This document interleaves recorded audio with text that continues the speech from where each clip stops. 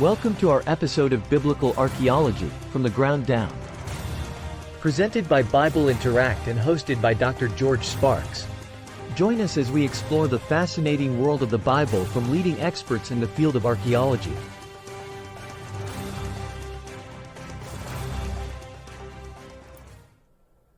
Hello everyone, I'm Dr. David Graves, an experienced biblical archaeologist and CEO of Electronic Christian Media. I'm here today with another exciting episode on our Archaeology Discoveries channel, where we discuss important archaeological artifacts related to the Bible. Thanks for watching, and be sure to like and subscribe to our channel. Well, welcome today. This is Biblical Archaeology From the Ground Down, sponsored by Bible Interact. My name is Dr. George Sparks. Special guest is Dr. David Graves, PhD. We got a very interesting subject today. I think if you don't find it a little bit of humor in this, well, we're going to try. Two academics trying to have a sense of humor. We're going to talk about were there dinosaurs in Egypt? And we're going to actually use a Egyptian relic, an artifact, for a type of example. And the reason for this is that we were cruising through the internet and actually saw articles using Egyptian hieroglyphs as well as artifacts, and having those as illustrations that there were actually dinosaurs. Maybe they were aliens, but I don't think they're dinosaurs. What do you But this is what we're going to talk about. Sorry to laugh before we get going, folks. So anyway, we're going to give our points of view, and we're going to look at an Egyptian artifact. And also, in front of me are a couple authentic dinosaur eggs from the Gobi Desert. So paleontologists have suggested that these dinosaurs are eggs right here in front of me as a little small cluster of two are actually around 65 million years old. Now, don't turn off the channel just because I said 65 million. Don't get scared. Stick with us, folks, because this is really not about these dinosaur eggs. I just want to let you know that we do believe at least in dinosaur eggs. What do you think, Doctor? Well, we certainly have empirical evidence of the dinosaurs, and you've got a couple of nice samples right there in front of you. So, but what we're going to talk about is, I want to make sure we can get this in the photo right here, is the Narmer palate. And we're going to give a better illustration of this. Let me move the eggs. I want this for breakfast anyway. So anyway, this is a palette, and when we say palette, it's a cosmetic palette used to put on probably like eyeshadow or what have you. You can see it right here in the center, a little depression. And this is where the makeup would be. And of course, the Egyptians wore, even men, a type of eyeshadow for a number of different reasons, to block the sun, possibly keep the flies away and different types of other insects, of course. And they would dab it right here and put it on their eyes. But understand that this is just a copy that we can show you, because the authentic one is probably 4 times this size. It's pretty huge. So with that introduction, Dr. Graves, what do you have for us today? well, we're going to take a look at the tablet itself, the palette, and some of the different parts of the palette, and explain the significance of it and what's kind of going on there. It's interesting. Maybe you should explain the pyramid and the dinosaurs behind you there on your. Oh, wow, that's right. I just did I move my chair? There it is. There you go. I thought this slide was appropriate for the discussion today, because now it's hard not for us to kind of that little chuckle a little bit. But however, there are millions of people that actually take this very, very seriously. So here we have, I'm not a dinosaur person. So, of course, here he's bringing supplies in to build the pyramids. So there are the pyramids back behind here, and the Egyptian on the top, helping to direct the, I guess that's a brontosaurus. If I'm not, folks, remember I told you I don't know anything about dinosaurs. But this is what the photo is about. So here they are. The dinosaurs are helping bring all those tons of stones to the pyramids to help build it. So that's what the slide is. Hope everybody has a good time today with this podcast. All right, Yeah. Doctor. Well, the thing to note first, I'm an archaeologist. I'm not a paleontologist, nor am I a geologist. And a lot of people always ask me about dinosaurs, and I'm digging in the ground, and I'm not a paleontologist. It's a totally different field. But the fact we have some, dinosaur eggs, and there's no doubt they existed. The only issue is, where do you fit them into the biblical record? And it's called the Narmer Palate. Have archaeologists found evidence of dinosaurs with that palette? My answer, of course, to that is no. But it's a good clickbait. It's something we can have fun with. But I find the long neck creature in the middle of the palette very interesting and intriguing. And we'll talk about that a little bit. But I don't believe it's a dinosaur. Right. Okay. Well, that's your opinion, though. Oh, yes. Some people do think it is, possibly, but we'll talk about that in a few moments. It dates around 3,200 to 3,000 BC, so that puts it about 5,000 years ago. So that's pretty old, and it's one of the very earliest evidences we have of hieroglyphs.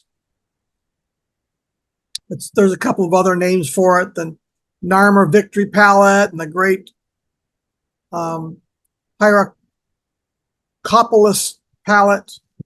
There's the recto view and the verso view. That's the front and the back. Coins are named similarly. Reverso and obverse. But here for the palette. Here's a drawing of it that gives you a little better idea of how it would look, because it's a black palette and it's hard to see. But here we have all the different pictures depicted on it. We're going to take a look at those. So the engraving depicts a victorious Egyptian king unifying the land under his rule. Traditionally, this king was known as Menes, the first king of the early dynastic period, and he united the Upper and Lower Egypt through conquest.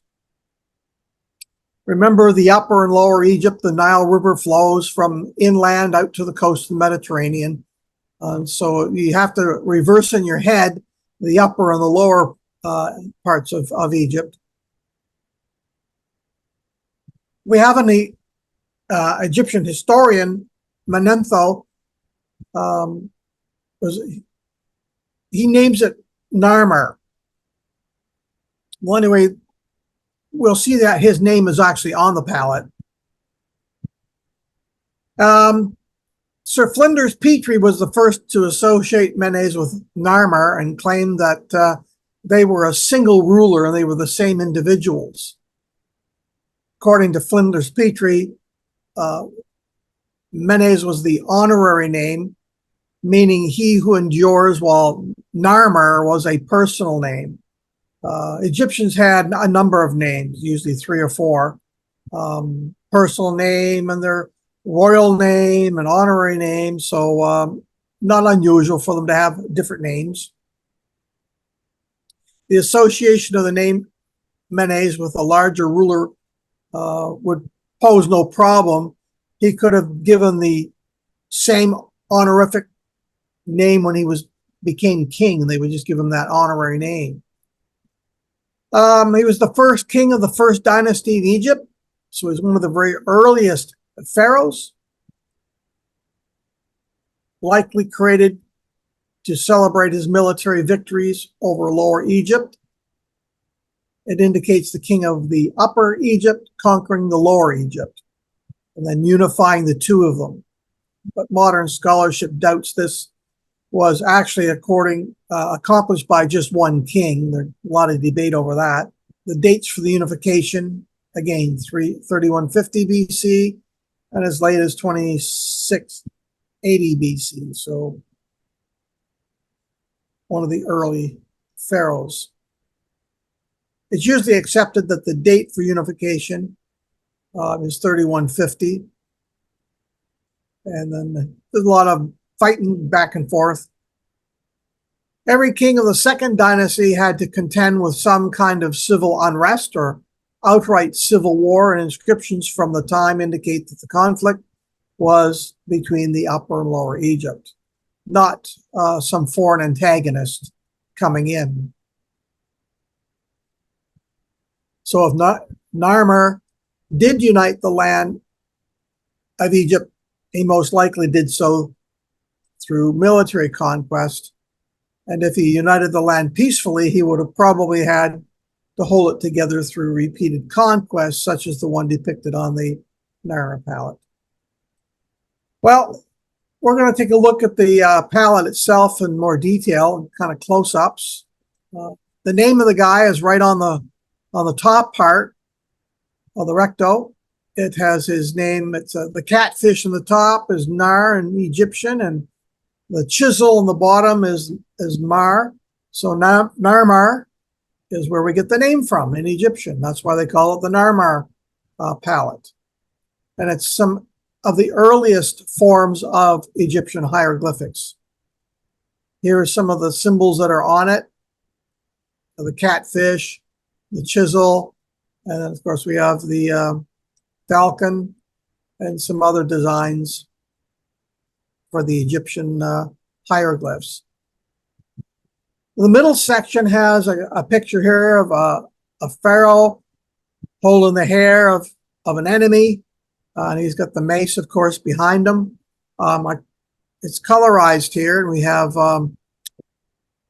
Hathor, the mother god, here on the bull at the top. The falcon, the human arm in the god Horus,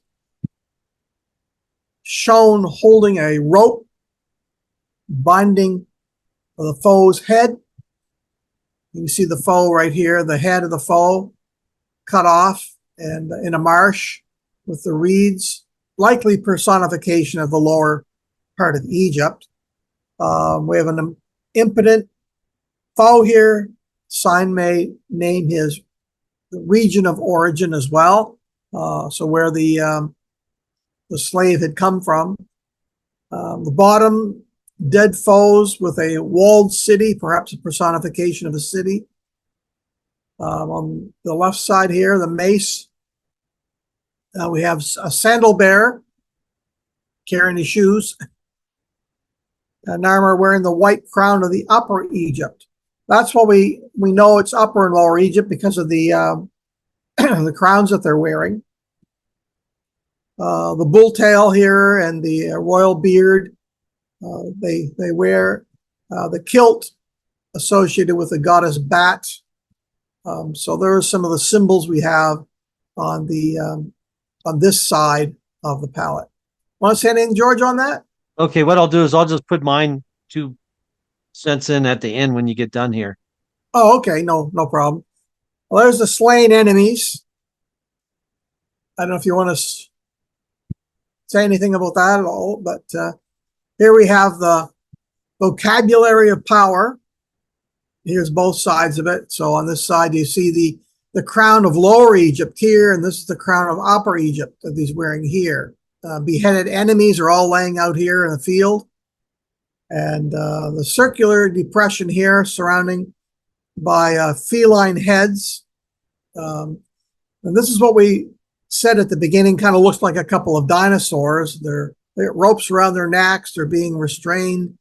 Probably mythical creatures, because of the Egyptians had mythical creatures all over the place, and all the gods were represented as mythical creatures, with the bull on the top here, and the falcon and the crocodile. And we even see it, of course, on the Babylonian Ishtar gates, where you have a dragon on that one, as well as the lion. So they're full of all kinds of beautiful images. There's the crown of the Lower Egypt and beheaded enemies, close-up of that. You see people laying there with their heads between their legs. So they have their heads chopped off. There's a close-up of the feline heads.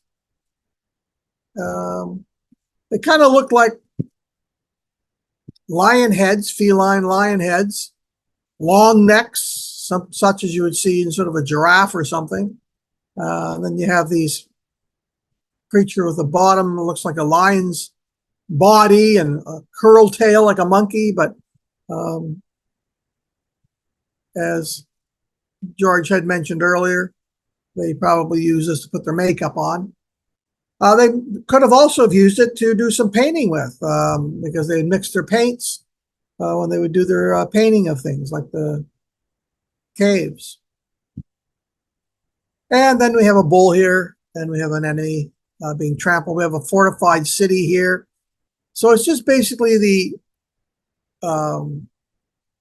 redoing of the conquest of this particular pharaoh, uniting the Lower and Upper Egypt, either with peaceful means or through a conquest. All right, so that's the end of my brief presentation. Did you want to go back to any of those close-ups, George? If you would, let's go back to where you had both sides of the stela up at the same time. There you go. Now, if everybody can see that, and so the pharaoh being represented as, you could say, the bull. We'll see on the if I say the reverse side, on the very bottom of the next stela, you can, so the bull's there several different times. But anyway, you can see that the pharaoh is placing on the top and also on the bottom, yes.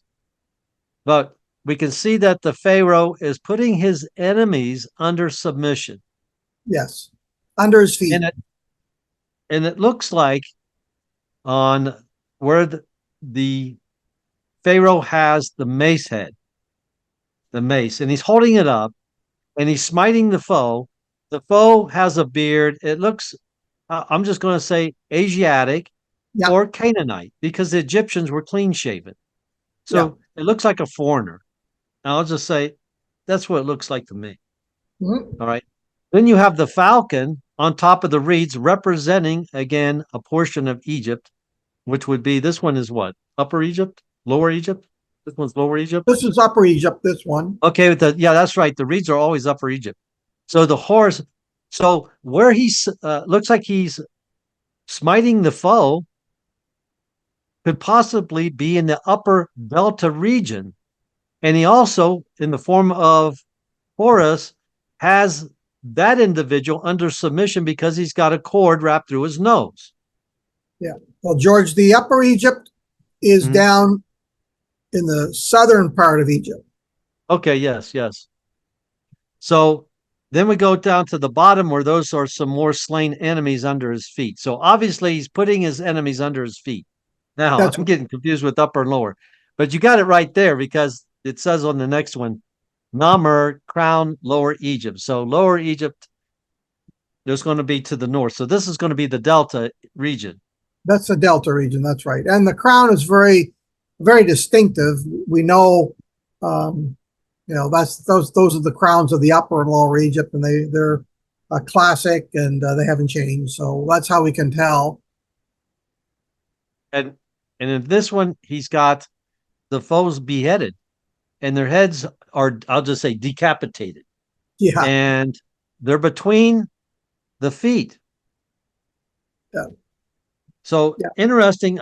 That set me off on a list of, like, I thought, well, how did the Egyptians dispense with people that were troublemakers or enemies or nemesis? So I looked that up real quick, just for the fun of it, and see what they did. I didn't realize some of this at all. All right. One way was they impaled them. Did you know that? I don't think I've ever seen a hieroglyph impaled.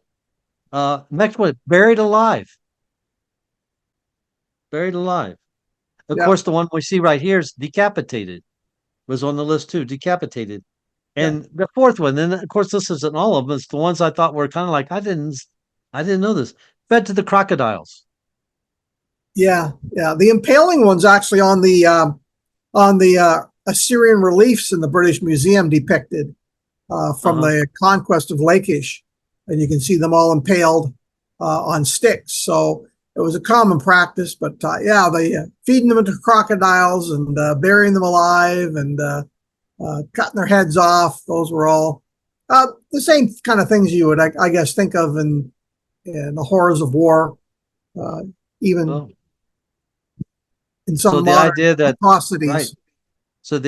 So here in the palette where it shows the enemies being beheaded, well, that's an example of what I've actually read as well. So uh, George, I don't know if did you this image right here looks like there might be a head impaled on a stick. I don't know if that's a standard that they're carrying there. I can't from see what it. I read, they were standards, Okay. and it could be areas in which the king has conquered or has represented. Of course, what the palette is really doing is bragging. This is like this Sure. is what the king did. He conquered both Upper and Lower Egypt. I think the problem, the troublemakers, and I'll get to my conclusion on this one. I think for the king to unify both Upper and Lower Egypt, he had to um, take care of his problems in the north by the delta. Yeah. And the reason why I'm saying this, towards the very bottom, you got the bull coming against what looks like a fortification. Yeah. Now, if this is going to happen in history, we know what date. It's going to be around 3100 BCE, 3100, somewhere in that time period. Right. So I'm looking around some archaeological records, and and I'm looking at the design of the formation of that fortress. And you can see towers separated by a distance. So they have, it looks like a horseshoe, but also there's towers. Those are towers right there. Yes. Mm-hmm. Yeah. So I went to what I suspected someplace close, someplace that might be well fortified in the early Bronze Age, 3100 BC, that might be a problem if you want to unify the Upper and Lower Egypt.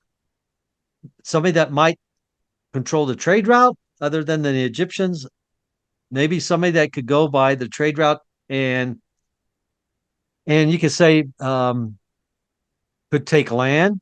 With land, you're also going to have crops, productions, um, resource materials. Who would threaten that to unify the North? So I went to the biggest fortress that I could find in the northern area. I think it's towards the upper Negev, is Arad.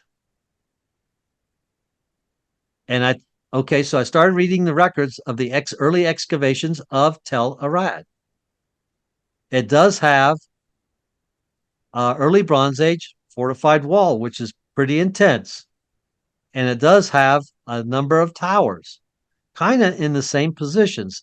Now, just understand that this is hypothesis, but interesting. Also, I was reading some of the artifacts, antiquities that they found in situ. And on one of the ostracons, guess whose name was there? Narmer. Narmer. Yeah. Cool. So it could be because we have a wall city that dates to that time period. They are in the northern territory. Could pose a problem to Egypt that these are maybe people that he had to put under submission. Maybe they failed to pay tribute. We don't know. It doesn't tell us. But it looks like he had to put somebody under submission. And why would he say that? Why would it be on the palette if you just have to unify Egypt? It looks like he had a foe to fight. At least somebody he thought was threatening the unification and his seat as the pharaoh. And of course, many Egyptologists, I'm not going to say all, but many believe that it was this individual Narmer that unified Egypt. So we're talking about the first, what we call the first dynasty, I believe. Now, would you Yes. agree with that or not? I don't know. Yeah, I think so. I mean, they're apparently the Egyptologists are debating as to whether it was a peaceful takeover, a unification, or a violent one. But I think the pictures we have on this indicate it was a rather brutal takeover and to unify the North and the South. But it probably didn't happen all under just one individual either. It probably happened over a period of time with a number of these pharaohs that had come to power and had gradually brought the Upper and Lower Egypt together. But again, I'm no Egyptologist, and these are just my hypothesis. And but it's a really, really interesting artifact. I titled it "The Vocabulary of Power," and I think that captures it well. That this palette encapsulates the vocabulary, the language, and the pictures. You might also call it the visuals of power, not just the vocabulary. But nonetheless, quite interesting. And conquering your enemies was a common practice, and they did lots of these in the ancient Near East. So, as far as these two mythical creatures being dinosaurs, in my personal opinion, they're not. Me too. The Egyptians use a lot of, you could say, half human, half animal, or bodies of a human, the heads of some type of an animal, whether it be a horse or a crocodile or the hippo or the falcon, to represent their gods and goddesses. And if we visited, I'm sure you probably visited the Great Pyramids of Giza, or the Great Pyramid of, and one of the first things you see is the Sphinx, a lion with the head of possible pharaoh. And I don't think anybody suggests that was really a creature that existed. Somebody could probably come up with some fabrication. Is that at one time it was the body of a unicorn, and then later they chiseled the head of a pharaoh on it. People come up with whatever. You can't find all the angles that somebody can come up with for a theory. But I think as a sound interpretation of this particular artifact, is strictly an early unification or the first unification of Upper and Lower Egypt being depicted.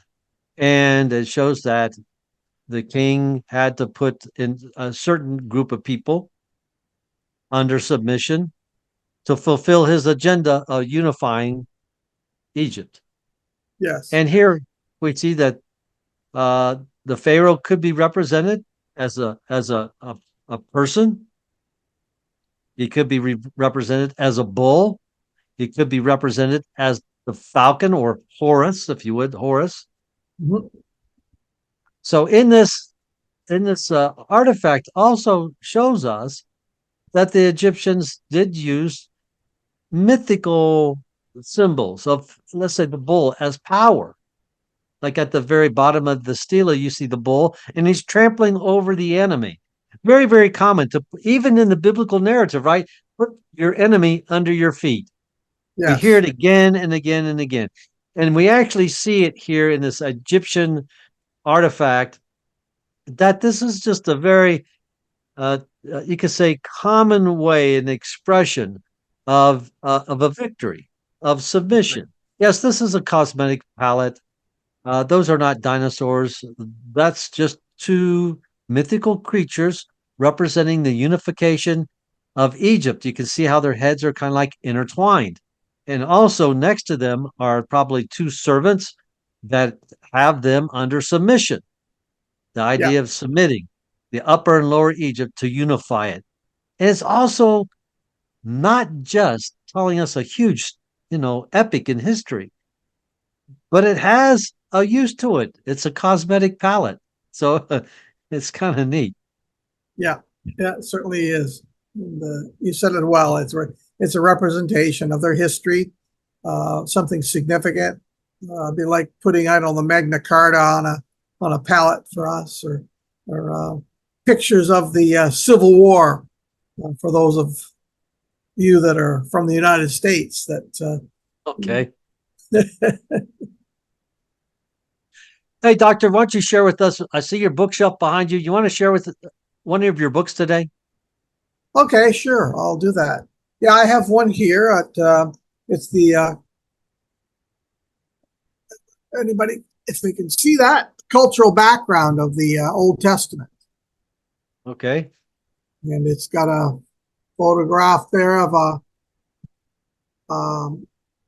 four-room house from Jordan on it, and inside there's it's in full color, lots of photographs, and it has the cultural background, so you can see. Has the outline of every book of the Old Testament, the date of the writing. It has also a brief introduction, deals with the author of each book, and then it goes into the cultural background that might pertain to that particular chapter. Such things as we have the weapons. Okay. There we go. All right. We have those indicating in Joshua's time the kind of weaponry that would be used, the cultural background time. And that's pretty accurate. Matter of fact, let me show people right here. I'm going to get my showcase. The kopish. No, I don't have one of those, although I was privileged to actually. Oh, you got the mace, dagger. Oh, the duck build, no, no. axe. Man, you're getting. Wait a second. Wait for it. Oh, yes. Okay. Yeah. You had it in your photo there too, kind of like an epsilon axe. Yeah, it's a duck build axe. Yeah. So there it is in this book. There, the one with the long handle on it at the very bottom. Yeah. So there you go, folks. So his book is very accurate, and this is the actual artifact, and there it is in his book. Yeah. So I do recommend that he's got a series of books, and they're very good for study material, and also to get a copy and give it to the pastor of the church, or at least let the church be aware of this type of information, these books, so that they can, if they wish. I got tons of I don't have all your books but I got a stack of them over here. And I use them for resources. I told Dr. Graves, I said, I use them for resources, but I never give them credit. So because it makes me look really smart, So if we have any narcissistic pastors out there then there you go. Yeah. Did you hold up that again for us real quick, your book? And it's called The Cultural Background of the Old Testament. And there you go, folks. And just to let you know, I worked in the museums for like over 20 years now, and I just showed you an artifact that is represented in his book as being Egyptian, the epsilon, or he's called the duck's bill.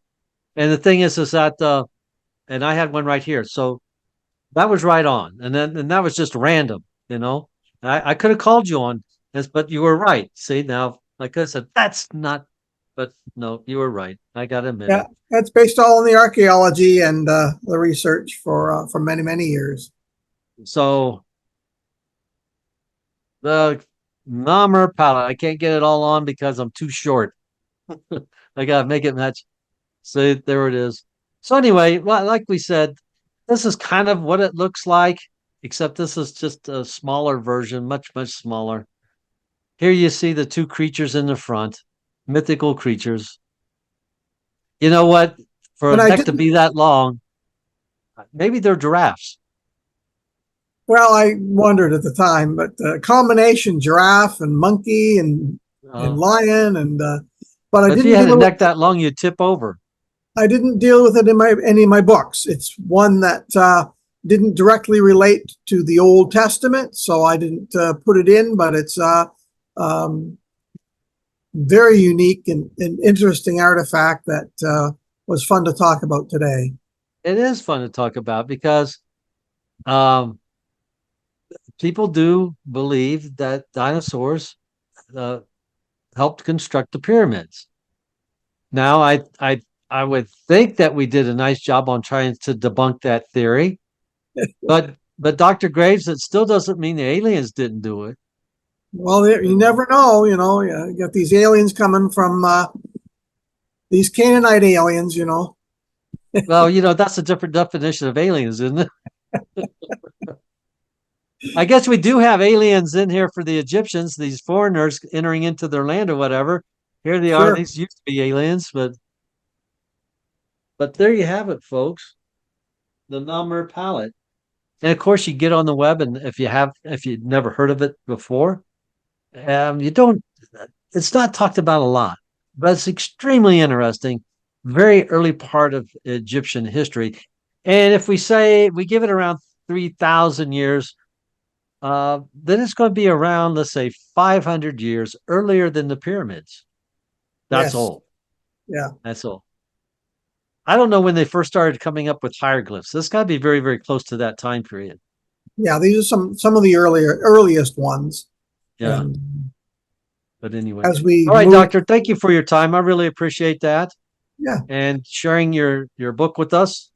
And I do recommend people before we close out.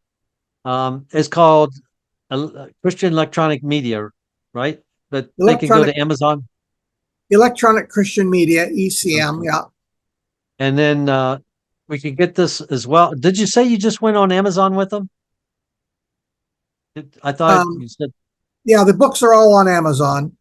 because I thought you said you had to adjust pictures so it would fit, so that you do all this technical stuff. I just agree with you, like a bobblehead in a car, because I don't get it. But I'll tell you what, folks, I got stacks of his books over here, and I do use them as resource material.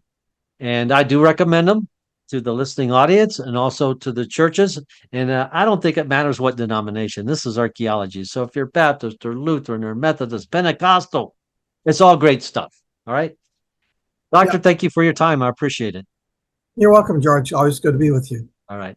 Thanks, people. Hey, once again, everybody, don't forget to like and subscribe. Everything's going great. We're up to around 51,000 subscribers due to you and also your interest in the program, and it's really appreciated. Thank you for your time.